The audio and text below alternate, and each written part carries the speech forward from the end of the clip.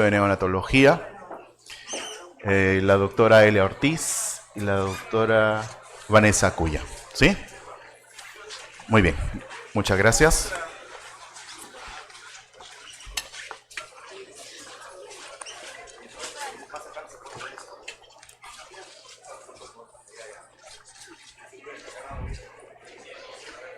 Buenos días. Vamos a continuar con el siguiente segmento y tengo el honor de presentar a uno de los ponentes internacionales, a quien agradecemos que haya aceptado la invitación a venir a nuestro país y a dar las ponencias en vivo, al doctor Daniel Ibarra Ríos. Él es pediatra neonatólogo en el Instituto Nacional de Perinatología, académico numerario de la Academia Mexicana de Pediatría, presidente de la Asociación de Médicos Neonatólogos de la Ciudad y Valle de México. Es autor y coautor de más de 60 publicaciones en revistas y libros científicos y ha participado en diversas conferencias nacionales e internacionales. Sus áreas de interés son la ecocardiografía funcional y hemodinamia neonatal y el POCUS neonatal. En esta oportunidad nos va a hablar del tema de ecografía pulmonar, una herramienta útil en la UCI neonatal. Lo recibimos con un aplauso. Muchas gracias. Muchas gracias por la invitación, es un honor estar aquí. Y bueno, vamos a hablar de ultrasonido pulmonar, que dentro de las herramientas como del point of care, creo que es la que más usamos los neonatólogos. Y un poquito aunado al comentario que hice hace rato, esto se ha desarrollado en diferentes partes del mundo también por parte de enfermería y de terapistas respiratorios. Entonces, el point of care es una herramienta del clínico para el clínico. Entonces, espero poderles transmitir los conceptos claramente. Yo hablo medio rápido. Esta presentación tiene muchos videos. Casi todo está en este libro que editamos hace unos años. Ahí en el código QR lo pueden descargar. En el libro vienen videos. Los videos a veces no se ven bien desde el celular, pero si lo ven desde su computadora se abren. Entonces, los neonatólogos pues fuimos de los últimos en llegar sobre todo al ultrasonido pulmonar. Aquí pueden ver al doctor Daniel Lichtenstein, que es como el papá del ultrasonido pulmonar, que un día tenía un paciente con un pulmón blanco en la placa de tórax y, contrario a las reglas, sacó el equipo de rayos X y diagnosticó un derrame pleural y salvó ese día a su paciente, ¿no? Entonces, de ahí viene como la historia de los clínicos ahí lidiando, gestionando con radiología para este tipo de técnicas que son a pie de cama del paciente. Y como pueden ver, aquí está el doctor Daniel De Luca, Nadia Youssef, Francesco Raimondi, que es gente que han hecho las bases, los primeros ensayos clínicos y sobre todo para el uso del ultrasonido para administrar surfactante. Rapidísimo, como de las especificaciones técnicas, el agua se va a ver negra, el hueso, la cortical, se va a ver blanca, el aire, si está contenido en una víscera, se ve blanco. Pero si el aire está, digamos, en el pulmón, se ven artefactos que ahorita vamos a ver. Y los tejidos tienen una consistencia como gris. El transductor, si tenemos arriba de 8 Hz es mejor, y sobre todo con los prematuros más pequeños, cuando pasamos de 10 Hz nos dan mejores imágenes. Lo más fácil es utilizar el lineal, sin embargo hay cardiólogos que utilizan el mismo transductor y hacen ultrasonido pulmonar. Y el foco tiene que estar a nivel de la estructura, normalmente a nivel de la línea pleural. Y ubicándonos, acá hay una costilla, acá hay otra costilla, acá hay otra costilla, aquí estaría la cabeza de nuestro paciente y aquí estarían las piernas del paciente. En este artículo, que del 2012, el doctor Lichtenstein y el doctor Philip Murier pusieron como los principios de la ecografía, sobre todo en el neonato. Entonces, los principios son los siguientes: simplicidad, es una técnica simple. Hay equipos que tienen filtros para quitar artefactos y como esta es una técnica que se basa en artefactos, nosotros no necesitamos filtros sofisticados. El aire y el líquido están mezclados en el tórax y es lo que vamos a interpretar. El pulmón, al ser el órgano más voluminoso del cuerpo, pues es sensible a la exploración sonográfica y de hecho los primeros en utilizarlo en realidad fueron los veterinarios en caballos de carreras. Todos los signos radiológicos van a partir de la línea pleural, se basa principalmente en artefactos. Justamente el trabajo del doctor Lichtenstein es la observación sistemática que la presencia o la ausencia de estos artefactos implican salud o enfermedad. Es un estudio dinámico, no guardamos imágenes, guardamos clips. y para que lo veamos tiene que involucrar la pleura. Afortunadamente arriba del 95-96% de todas las patologías pulmonares van a tocar la pleura y las vamos a poder ver con el ultrasonido. Entonces, los transductores normalmente tienen una marca, que les decía, escotadura, que puede ser táctil o luminosa, que se va a correlacionar con la imagen en la pantalla para ubicarnos. Como les decía, aquí está la cabeza, entonces la escotadura va a la cabeza del paciente en los cortes longitudinales. Y las áreas que generalmente se evalúan son 6. 2 anteriores, superior e inferior, que la vamos a dividir por la línea intermamilar, y la lateral, que va a estar dividida entre la línea axilar anterior y la línea axilar posterior. Y justamente platicábamos hace un momentito, ha habido gran auge de los equipos, hay equipos portátiles que se conectan por Wi-Fi a la tableta, hicimos la conversión y en general cuestan menos de $1,500, entonces son accesibles. De hecho, en México la gran mayoría de los que hacemos esto, lo hacemos con nuestro equipo propio, ¿no? Entonces estas son las áreas de exploración. Normalmente vamos a explorar 3 áreas, de la 1 a la 6, pero las áreas posteriores, sobre todo cuando estamos buscando derrame o consolidaciones, son muy importantes. Entonces aquí tenemos un esquema de cómo exploramos al paciente en decúbito supino y en decúbito prono. La escotadura en las longitudinales va hacia la cabeza del paciente. Y en los transversales, si estamos en la región anterior, lo hacemos hacia la derecha del paciente, y si estamos en la región posterior, lo hacemos hacia la izquierda del paciente o hacia el hígado y hacia el corazón, únicamente para ubicarnos. Aquí tienen ejemplificadas las áreas de exploración. Clásicamente utilizamos las 6 áreas anteriores. Las posteriores todo va a depender del estado del paciente, de tratar de movilizarlo cuando es necesario, pero también, como justo correspondiendo a las pláticas anteriores, nos tenemos que adaptar a los protocolos de todos y de enfermería, entonces también aprovechamos, si no, cuando se prone el paciente. Y aquí les ponemos ejemplos de diferentes exploraciones con diferentes tipos de transductores lineales, y como pueden ver, pues poco a poco se ha incluido en la exploración del paciente críticamente enfermo. La Asociación Europea de Cuidados Intensivos Críticos y Neonatales publicaron esta serie de recomendaciones, y como pueden ver, pues esto es el pan de cada día de nosotros, ¿no? Déficit de surfactante, taquipnea transitoria del recién nacido, neumonía, fuga aérea, aspiración de meconio, derrame pleural. Entonces, para identificar el espacio intercostal utilizamos el famoso signo del murciélago. Se utiliza el murciélago en honor a los murciélagos que utilizan el ultrasonido para guiar su vuelo, y es únicamente para identificar el espacio intercostal. Por las características físicas del tórax de los neonatos, vean cómo como no nos da sombra posterior la costilla, pues está medio difícil, pero bueno, el murciélago, aquí hay un ala, el cuerpo y la otra ala. Entonces únicamente para identificar el espacio intercostal. Si ven los laterales, en los laterales y posterior pues se ve un poquito más claro. Entonces únicamente para identificar el espacio intercostal. Y vean cómo tenemos una línea, que es la línea pleural, que se mueve en vaivén. El que tengamos una línea pleural que se mueve en vaivén quiere decir que hay aposición de las pleuras, que quiere decir que está pegada a la pleura visceral y parietal, se mueve con la respiración.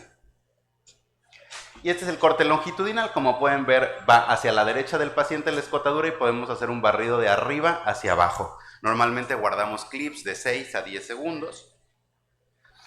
Lo primero que hay que ver es las líneas A. Entonces, si el aire viaja libremente y no choca contra nada, no hay interfase aire-líquido, va a haber un reflejo equidistante al infinito de la línea pleural. Y esas son las famosas líneas A. Que es un patrón normal, un pulmón perfectamente aireado, tiene deslizamiento pleural y es un patrón A. ¿Por qué es muy importante el deslizamiento pleural? Porque si tienen patrón A pero no hay deslizamiento pleural, puede ser un neumotórax, y ahí es donde se hace el diagnóstico diferencial. La gran ventaja que tenemos los neonatólogos es que casi siempre los neonatos van a tener líneas B, que ahorita vamos a ver qué es. Si tenemos duda, y sobre todo cuando estamos empezando con la técnica, el modo M sirve para identificar el deslizamiento pleural. Y se describe que cuando hay deslizamiento pleural nos va a dar el signo de la playa en el modo en movimiento, contra el signo del código de barras en el modo M cuando tenemos un neumotórax. Entonces vean, este es un pulmón normal. Hay deslizamiento de la línea pleural, y si hacemos el modo M nos da el signo de la playa contra un neumotórax. Vean cómo aquí hay pulmón que sí se desliza, acá hay pulmón que no se desliza. tiene esto que se llama punto pulmonar, donde veo la diferencia entre el pulmón deslizante y no deslizante, y al modo M tengo el código de barras. Ahora, ¿qué pasa cuando tengo interfase aire-líquido? Entre las diferentes burbujas de gas y el líquido, vamos a tener este que se llama el efecto anular descendente, donde el ultrasonido se va a reflejar en estas burbujas de gas y va a generar una serie de ecos que se ven como resultado ecos brillantes que llegan hasta el fondo de la pantalla, y esas son las famosas líneas B. Entonces, en del ABC ya llevamos el A, ahora estamos en el B. Las líneas B son estos artefactos de reverberación por el efecto anular descendente. Vean cómo descienden de la línea pleural, llegan al fondo de la pantalla y se mueven con el deslizamiento de la línea pleural. Aquí podemos ver, vean cómo acá la línea pleural ahora es diferente, ¿no? No se ve parejita, sino que se ve engrosada, irregular, interrumpida, y tenemos estas líneas B que se mueven con la respiración del paciente. Entonces, las líneas B nos identifican el componente líquido. Cuando tenemos más de 3 por espacio intercostal, le llamamos síndrome intersticial y es anormal. Entonces, de repente tener 1 o 2 líneas B ahí rondando puede ser normal, y como les repito, nuestros neonatos, y sobre todo para diagnosticar neumotórax, afortunadamente casi siempre hay líneas B. De hecho, casi lo que nos alerta de un neumotórax es la desaparición absoluta de las líneas B. Eso es lo primero que ya después de tener cierto tiempo de experiencia te llama la atención.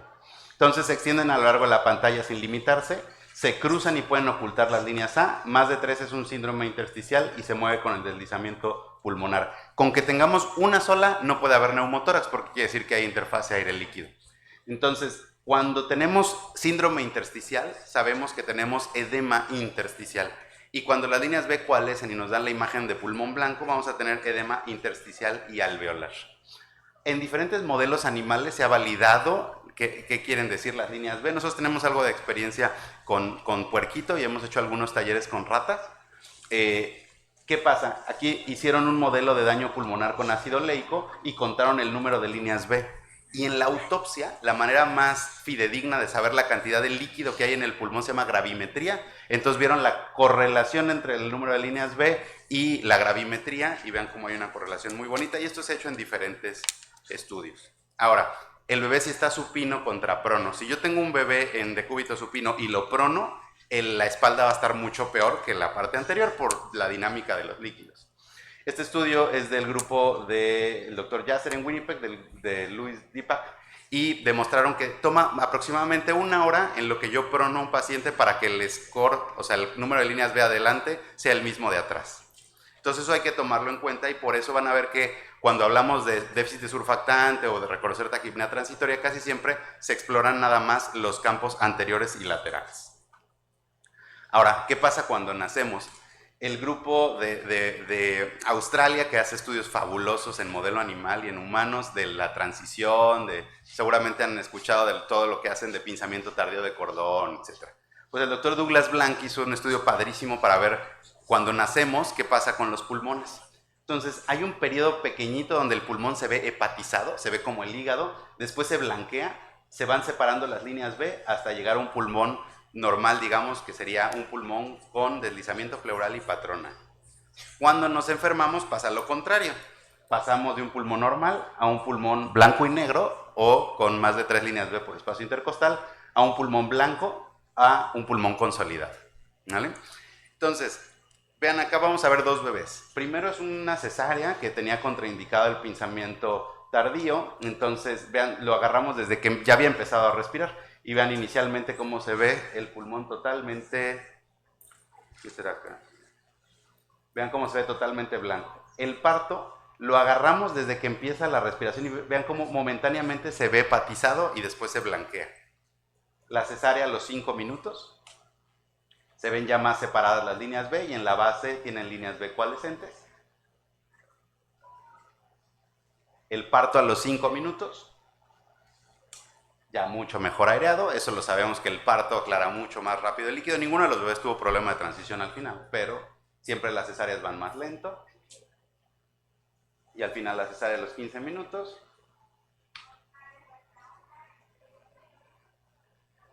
Contra el parto a los 15 minutos. Entonces, sobre todo el doctor Douglas Blanc ha hecho 2 estudios grandes de seguimiento, primero a niños más de término, prematuros tardíos y después a prematuros clásicos, el Dolphin Jr., donde se han establecido muchos parámetros que usamos para vigilar la transición de nuestros bebés. Ahora, ¿qué es una escala semicuantitativa? Es ponerle un número a lo que estoy viendo. Un pulmón con patrón A deslizante, pues nos da 0 puntos, ¿no? Es un patrón bien aireado.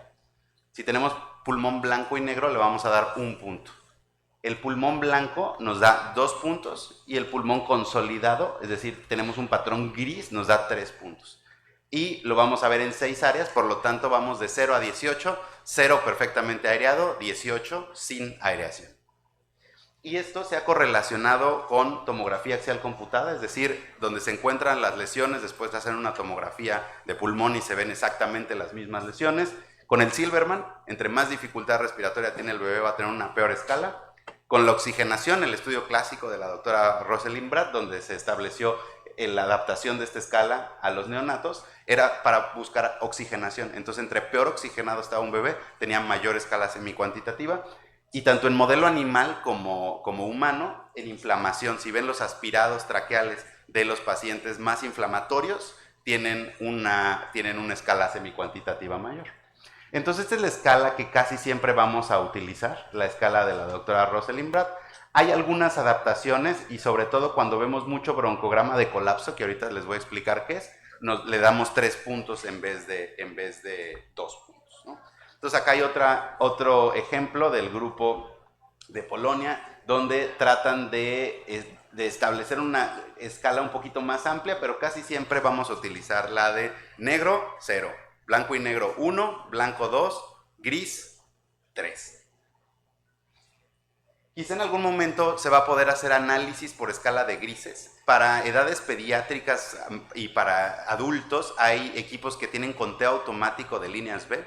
La verdad es que nosotros con los neonatos no sale el conteo automático, pero algo que hacen, por ejemplo, los materno-fetales para identificar el pulmón que tiene madurez es el Quantus, donde se mete una imagen de 4 cámaras fetal, se pone una región de interés y te da el riesgo el grado de madurez pulmonar.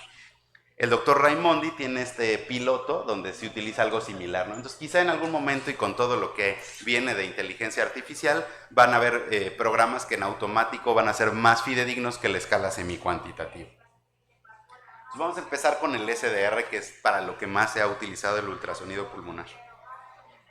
Inicialmente, cuando se hicieron las primeras descripciones, decían que el SDR se veía todo blanco y en las taquipneas transitorias se veía este fenómeno que se llamaba doble punto pulmonar. En el estudio del doctor Copetti incluso decían que este doble punto pulmonar, que quiere decir que la base está blanca y las regiones superiores son blanco y negro, era patognomónico de taquipnea transitoria. Sin embargo, los grupos, sobre todo de China, dijeron no es cierto. Yo tengo una taquipnea transitoria y no tiene punto pulmonar. Y ahorita vamos a ver qué pasó con eso. Entonces, ¿cómo se ve el doble punto pulmonar? La región superior del pulmón se ve mejor aireada que la base, que se ve más blanca. Placa clásica de taquipnea transitoria, con cisuritis, corazón deshilachado, patrón intersticial. Y vean el video, como les decía, es un estudio dinámico. La parte inferior se ve el pulmón blanco y la parte superior se ven las líneas B separadas. Para descartar toda la controversia del doble punto pulmonar, el doctor Raimondi hizo este ensayo con puros neonatos de 34 a 39 semanas y en efecto el punto pulmonar se ve únicamente en el 50% de los casos. No hace mayor diferencia si tiene punto pulmonar o no, pero algo que es muy importante aquí, pues 2 cosas: correlaciona con el Silverman y vean, conforme va mejorando el paciente, le va bajando el Silverman y va bajando también la escala semicuantitativa, pero el 99.5% de los pacientes con taquipnea transitoria tienen una línea pleural normal sin datos de colapso. Ahorita vamos a ver qué es este rollo de los datos de colapso. Está metaanalizada la sensibilidad y la especificidad del ultrasonido pulmonar para establecer taquipnea transitoria recién nacido y va en el área bajo la curva, que quiere decir que es una muy buena prueba. Y esto es lo que le llamamos broncograma de colapso extenso, que son estos puntitos que representan estos puntos ecogénicos, secciones transversales de bronquios pequeños rodeados por líquido o alvéolos colapsados. Entonces, esta es la imagen clásica del SDR. Vean cómo la línea pleural pues no se identifica claramente, está irregular, tiene colapso. Líneas B que coalescen nos dan la imagen de pulmón blanco. No vemos líneas A y se pueden o no ver consolidaciones con broncograma, pero a esto le decimos broncograma de colapso. Ahora, no es el cambio inmediato como con la placa de tórax. Estas placas de tórax son cuando yo era residente de neonato y todavía fue el último jaloncito donde se administró surfactante profiláctico. Surfactante profiláctico para los más jóvenes es que a los bebés, sin decir agua va, por el peso o por la edad gestacional nacían, se intubaban y se les administraba surfactante. Hoy sabemos que eso no hay que hacerlo, no es el camino más adecuado, pero la diferencia entre estas dos placas es de 15 minutos. Entonces el cambio es rapidísimo en las placas, pero el ultrasonido no. Al contrario, se puede ver peor. ¿Por qué? Porque lo que estamos identificando con el ultrasonido es líquido y en el surfactante pues le estamos pasando más líquido a ese pulmón todavía. Entonces, no se ven cambios inmediatos como en la placa de tórax, pero han hecho diferentes estudios y quizá desde las primeras 2 horas después de la administración de la primera dosis de surfactante nos podemos dar cuenta del paciente que va a requerir una segunda dosis de surfactante. El doctor Sánchez Luna les presentó esto, que la práctica actual es utilizar un corte de FiO2. Y este corte clásicamente se utiliza 30% de acuerdo a diferentes estudios, uno de ellos el del doctor Peter Dargaville, donde se buscan predictores de falla de CPAP.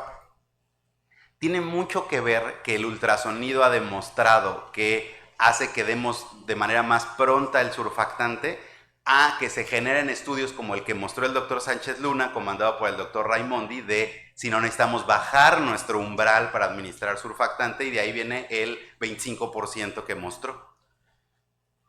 Entonces, se hicieron 2 estudios base. Primero es el de estudio de la doctora Rosalind Brad. Lo único es que aquí había neonatos, vean, desde 27 hasta 41 semanas, y de acá sacaron los cortes. Pues vieron que la escala correlacionada con la oxigenación, entre más alta es la escala, está peor oxigenado el paciente, y sacaron los cortes, sobre todo en los menores de 34 semanas, donde a partir de 8 tenía muy buena sensibilidad para determinar el paciente que iba a fallar el CPAP con un área bajo la curva de 0.93. Entonces, nada más para clarificar mis ideas, porque luego hablo muy rápido.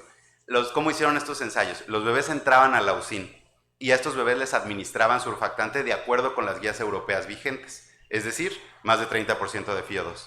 A la par, les tomaron ultrasonidos pulmonares, que pues no puede ser cegado porque les están tomando un ultrasonido, pero que no tuvieron que ver con la atención del paciente.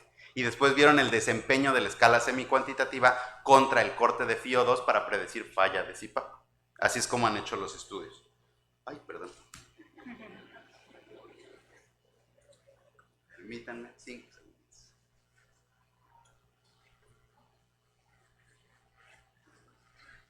Como pudieron ver, utilizaron neonatos tanto de término como prematuros.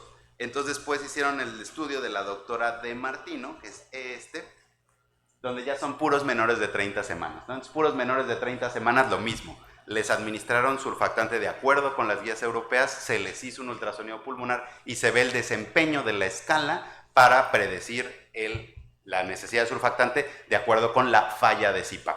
Entonces, vean cómo aquí sale la práctica actual, que es con más de 8, o ya hay muchos, hablan 9 o más, ¿no? Quiere decir, nos da una sensibilidad del 82% y especificidad del 92%, con un área bajo la curva buenísima de 0.94 para predecir falla de CPAP. Y para la segunda dosis de surfactante, el mejor desempeño lo tuvo más de 10. Ahora, también hay otros usos para la administración del ultrasonido. Este es un estudio del doctor Rodríguez Fanjul, donde lo utilizaron para INSURE.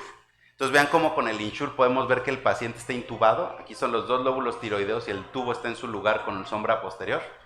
Les hacían excursión diafragmática, es decir, que se mueve el diafragma de los 2 lados, y además vean que no tuviera pulso de pulmón para ver que no tenían una intubación selectiva del bronquio. Y pues esto está metanalizado y la curva metanalítica es de 0.95. Entonces, sobre todo para la primera dosis de surfactante 9 o más, es una herramienta muy útil que ha demostrado que se da surfactante más rápido, por un lado, y hay unos estudios de mejora de calidad del grupo de París, del doctor Roberto Racchetti, donde compararon esta modalidad que le dicen STER, Ecography Guided Surfactant Therapy, y compararon eso contra FiO2 y demostraron 2 cosas. Que se da surfactante más rápido, por un lado, pero por otro lado no se gasta más surfactante. Entonces la técnica no nos lleva a utilizar más surfactante. Vamos a hacer ejemplos, unos gemelos. Uno se intuba de urgencia y le pasan surfactante y el otro está en CPAP.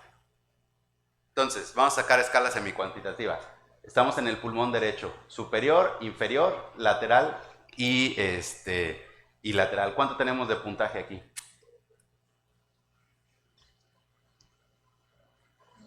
¿Pulmón blanco?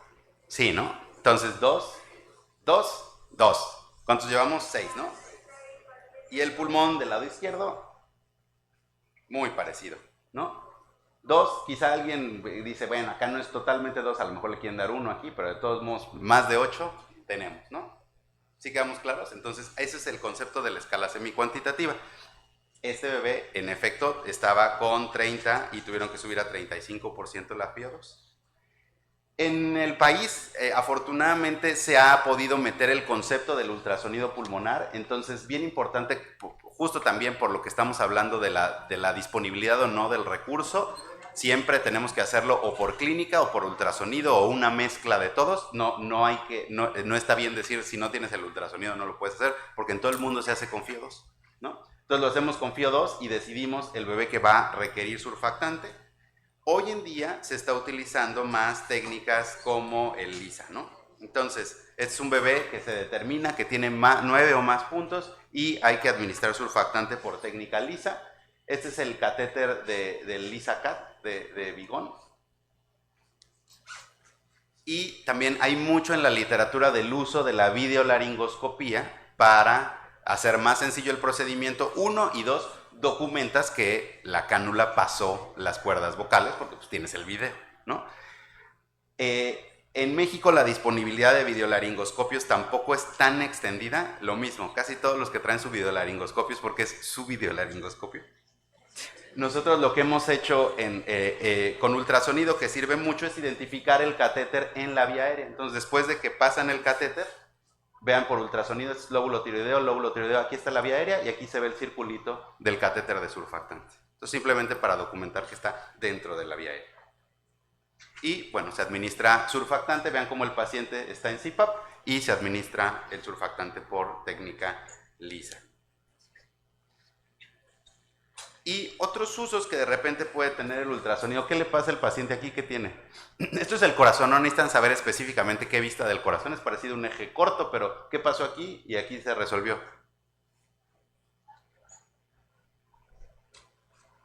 Bradicardizó.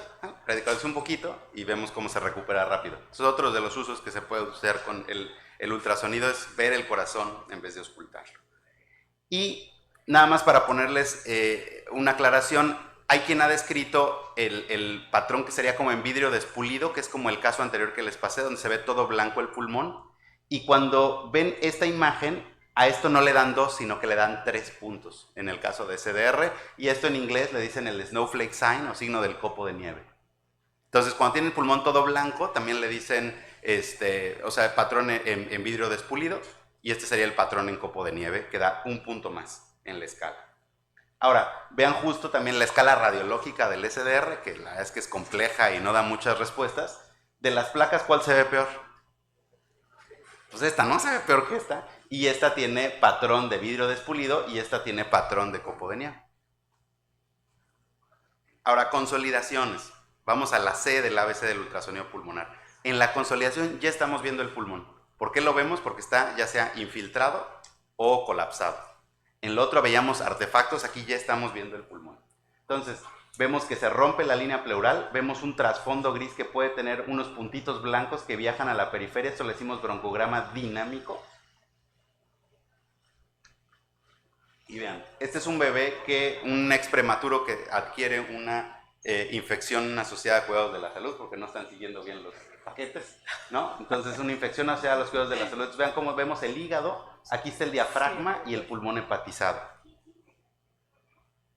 Y vean la imagen, ¿no? Entonces se ve el pulmón, aquí ya estamos viendo el pulmón, tiene pulso de pulmón, se transmiten las pulsaciones del corazón y está rodeado de un halito ahí de derrame pleural. Y vean después de que se cura, con antibióticos y con ventilación, cómo reaparecen los artefactos. ¿Sí quedamos claros ahí? O sea, en la consolidación ven, ahora sí están viendo el pulmón, pero cuando te curas, ahora ya no ves el pulmón, sino que ves los artefactos de que ya hay aire ahí. Este es un paciente referido por estenosis del bronquio derecho, intubación prolongada, igual por malos cuidados de la ventilación. Pasa a cirugía de tórax para que hagan una broncoscopía. Este es el pulmón antes. Y después de que hacen el procedimiento, están todos estresados de si el paciente había hecho neumotórax o no. Llamen a rayos X y el equipo. Y como con un equipo portátil les podemos decir todos tranquilos. El procedimiento 1 fue exitoso y 2 no tiene neumotórax porque tiene deslizamiento pleural. O este último, este es un caso bonito. Nosotros funcionamos como un servicio interconsultante, entonces nos hablan y hacemos valoraciones hemodinámicas y agregamos normalmente ultrasonido cardíaco, pulmonar y cerebral. Entonces es un paciente que empeoró la placa y era un paciente que tenía documentado un conducto arterioso. Entonces creían que seguía siendo el conducto arterioso el problema. Entonces inmediatamente nosotros ya habíamos visto este conducto y ya estaba restrictivo, lo vemos otra vez y sigue restrictivo, ¿no? Es un conducto con velocidad muy grande, un conducto chiquitito. El problema no es el conducto. Y cuando hacemos el ultrasonido pulmonar, pues encontramos estas consolidaciones, sobre todo la del lado izquierdo. Vean cómo está consolidado, tiene broncograma y tiene un derrame pleural además complejo que tiene ecos en su interior. Lo bonito del ultrasonido es que terminamos la interconsulta por ultrasonido, hicimos asepsia, antisepsia y rapidísimo obtenemos esto, lo mandamos al laboratorio y ese mismo día sabemos que tenemos cocos gram positivos. Esto luego salió reflejado en sangre. El caso es un caso clínico que está publicado. Entonces, para neumonía, eso sí, no hay metaanálisis exclusivamente para neonatos, pero está metaanalizado para neonatos y niños, que es 95% sensible, 90% específica. Ahora, las consolidaciones se ve en neumonías, se ven atelectasias, se ven aspiración de meconio, se ven hemorragia pulmonar. El SDR puede tener consolidaciones. Entonces hicieron el Union Study del grupo del doctor De Luca. Entonces, diferentes situaciones nos pueden dar consolidaciones. ¿Qué hay que hacer? Hay que hacer un constructo clínico. Entonces, para poder diagnosticar neumonía es la consolidación más la clínica del paciente, más los reactantes, más los cultivos, más. Parece que las consolidaciones que dan más problemas son las que son de más de 1 centímetro y para eso se mide el índice de consolidación. Entonces, desde que empieza la consolidación hasta donde termina se llama índice de consolidación. En general, las que miden más de 1 centímetro son las más graves, pero también se ha visto la longitud de estas y las que nos ocupan más de 3 espacios intercostales también se asocian a neumonía grave. En la pandemia nosotros tuvimos experiencia. Justamente es la escala semicuantitativa que usamos. Vean cómo usamos también las zonas posteriores porque estábamos buscando consolidaciones. Entonces son 10 áreas, la escala va de 0 a 30. Lo mismo, negro 0, blanco y negro 1, blanco 2. Y si tenemos consolidaciones, derrame, y como tuvimos una hernia diafragmática, pues si no tenemos pulmón y tenemos asas intestinales, son 3 puntos, no hay aire ahí. Y la ventaja, les digo, con equipos portátiles de bajo costo, los cubríamos con una funda y justo cuando teníamos déficit de equipos de protección personal, la doctora Eunice, que estaba en el área COVID, ella podía tomar las imágenes y las imágenes las capturábamos a distancia. Entonces, este es el trabajo que hicimos durante la pandemia. El espectro de neumonía neonatal por COVID fueron patrón intersticial de líneas B en un 90%, línea pleural irregular interrumpida engrosada en un 88%, líneas B compactas en un 65%, consolidaciones pequeñas 34%, extensas 37% y el 70% fueron posteriores. Ahora, esto mismo que estamos reportando aquí se ha reportado en neumonías bacterianas, virales y fúngicas. Entonces, no sirve para hacer diagnóstico diferencial, pero sí para ver la gravedad. Vean cómo cuando vemos el soporte ventilatorio que tenían los pacientes, entre mayor soporte tenían, la escala semicuantitativa era mayor. Estos rangos de acá son porque habían pacientes intubados por causas no respiratorias. Cuando vemos la correlación que hay entre la FiO2 que tenía el paciente y la escala semicuantitativa durante el estudio, vean qué bonita correlación positiva. Y estos son los pacientes que desgraciadamente fallecieron. Como el paciente conforme va mejorando, pasa el tiempo, la escala es menor. Y cuando comparamos los sobrevivientes y los no sobrevivientes, pues los no sobrevivientes tenían una escala semicuantitativa mayor y requirieron más FiO2. Y con una escala modificada de gravedad por COVID en etapa neonatal, entre más grave está el paciente, tenía una escala semicuantitativa mayor. Ahora, derrame pleural, esta es la D del ABCD. Entonces, en el derrame pleural estamos viendo el líquido se ve muy bien. Y no vamos a identificar el signo del murciélago, vamos a tener el signo de las 4 paredes, identificamos 4 paredes en en el corte en modo B. Y en el modo M, si hacemos se ve como vamos a tener estructuras moviéndose en el líquido, esto le dicen el signo del sinusoide. Entonces, vean, por ejemplo, este es un bebé que la médico materno-fetal desde el tercer trimestre vio esta acumulación de líquido. Nace este bebé, tiene dificultad respiratoria moderada, pero vean cómo con la primera placa, ¿qué podemos hacer con este bebé? ¿Tiene líquido, no tiene líquido? ¿Lo podemos drenar, no lo podemos drenar? Y pues vean cómo el ultrasonido es muy útil para identificar dónde hay líquido, para hacer el procedimiento con seguridad, y este es un quilotórax congénito. Muchas veces utilizamos, cuando quieren diferenciar entre un derrame pericárdico y pleural, se puede usar el eje largo. Entonces, esta bolita de acá es la aorta descendente. Cuando es derrame pericárdico, va a rodear el corazón y va por arriba, por encima de la aorta descendente, y cuando es derrame pleural va por debajo. Entonces, el algoritmo base es signo del murciélago. Si no hay signo del murciélago, estático en 4 paredes sinusal, derrame pleural. Tengo líneas B, más de 3. Cualecen, me dan imagen de pulmón blanco sin imágenes, sin áreas respetadas SDR, o si hay áreas respetadas taquipnea. Ahora, si hay patrón C, pues es una consolidación y hay que ver clínicamente cómo lo voy a integrar. Y si no tengo deslizamiento pleural, puras líneas A, y identifico el punto pulmonar, puedo integrar un neumotórax. Rapidísimo, otras utilidades, por ejemplo, en flujo pulmonar aumentado, y de lo que más de repente batallamos, ¿no? El conducto arterioso permeable hacia la prematuridad, que mañana todo lo que quieran le preguntan a Patrick, porque es uno de los temas que hay más controversia en quiénes hay que tratar, quiénes no. Yo soy de los médicos que creemos que hay cierto grupo de pacientes que se benefician del tratamiento, pero sí es cierto que la literatura nos demuestra que tampoco, o sea, que es algo que hay que hacerlo en la población seleccionada.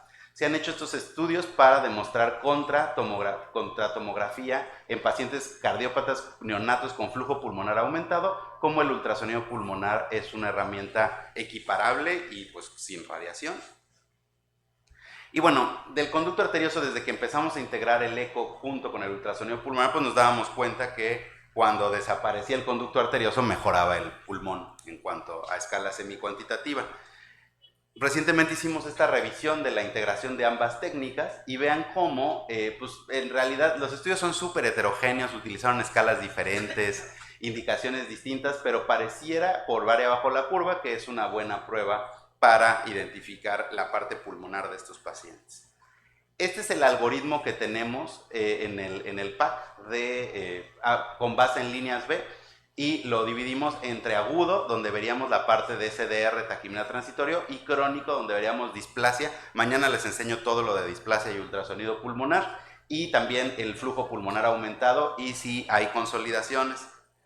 Esta adaptación es que recientemente estamos trabajando los lineamientos en México para empezar, como ya mucha gente lo está haciendo, nos dimos a la tarea de hacer nuestros lineamientos. Entonces, el algoritmo todavía no está publicado, tómenle foto, es más, si le encuentran cualquier cosa, díganme que no les gusta, qué les gusta, si les sirve, no les sirve. Y bueno, malformaciones pulmonares. ¿Quieren el regreso? Ahí va para la foto. Ahora, malformaciones pulmonares. Las malformaciones pulmonares, si tienes suerte de que estás y te llega un bebé de urgencia, está respirando feo, le tomas ultrasonido pulmonar y encuentras asas intestinales, pues ya reportas tu caso y padrísimo. Pero en la vida real, ¿para qué sirve? Porque casi siempre ya traen diagnóstico prenatal. Entonces, si traen diagnóstico prenatal, sirve para corroborar el diagnóstico prenatal. De todos modos, van a necesitar un estudio un poquito más sofisticado de imagen, pero bueno, sirve para corroborar el diagnóstico. Lo que es muy importante es, si traen diagnóstico prenatal, que se haga el ultrasonido en las primeras horas, porque si no, la malformación se puede airear y ya no vamos a ver nada. No, entonces sirve para corroborar la malformación. Ven en este ejemplo, el pulmón derecho, tenemos deslizamiento pleural, líneas A, y el pulmón izquierdo, tenemos una imagen con consistencia como parenquimatosa que tiene muchos quistes. Y aquí tienen cuando se retira la malformación. Y les digo, casi siempre pues van a necesitar otro tipo de estudios de imagen, por lo menos cirugía se los va a pedir, pero sirve para la parte inicial. Y en hernia diafragmática pues también se ha descrito la ausencia de la línea hiperecogénica del diafragma de ese lado, que no tienen líneas A, que tienen estas imágenes multicapa, que son las asas intestinales, y la presencia de órganos de consistencia parenquimatosa.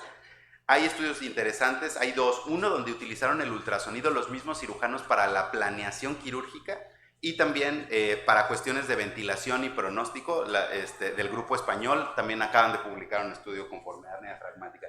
De nuestros pacientes con COVID, el más gacho fue un bebé que tenía hernia diafragmática, tenía asfixia también y vean cómo... Ahí no me está corriendo el video, pero bueno, el pulmón estaba totalmente consolidado. Tuvimos una escala semicuantitativa de 22. No sé. Espérame, no sé qué. Acá voy a reiniciar rapidísimo.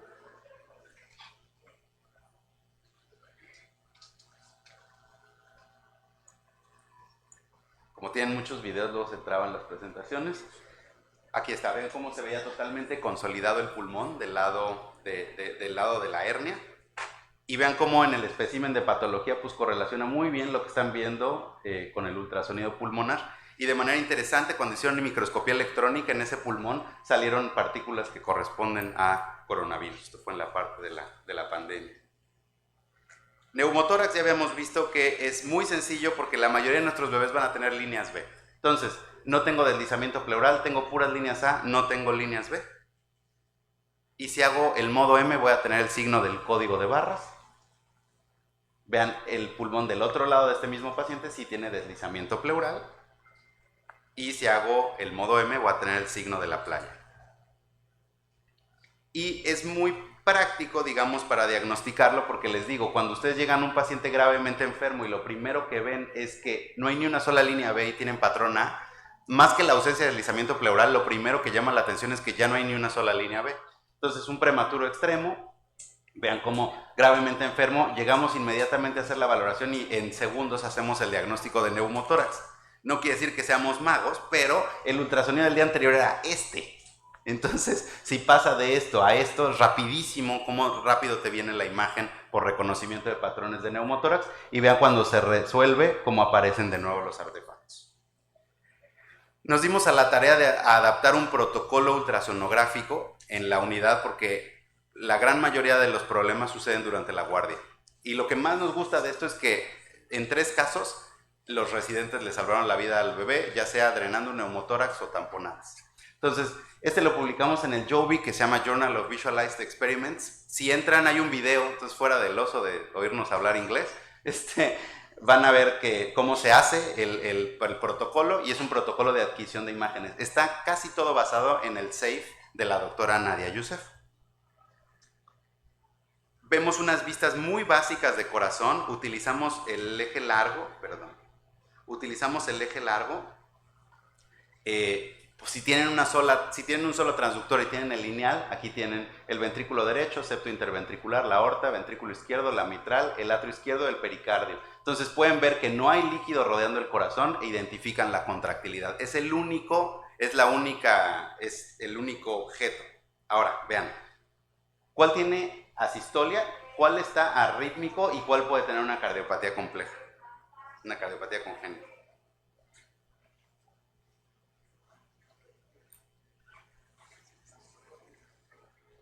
¿No?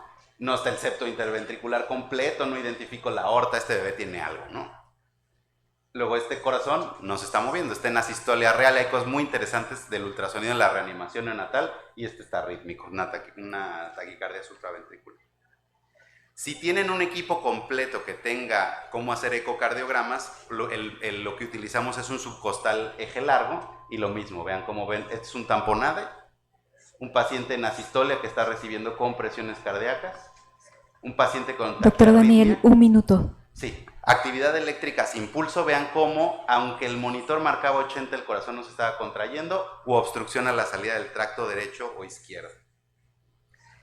Hay que aprender a ver el timo, porque es fácil que lo confundan con una consolidación. Este es el eje largo y este es el eje corto.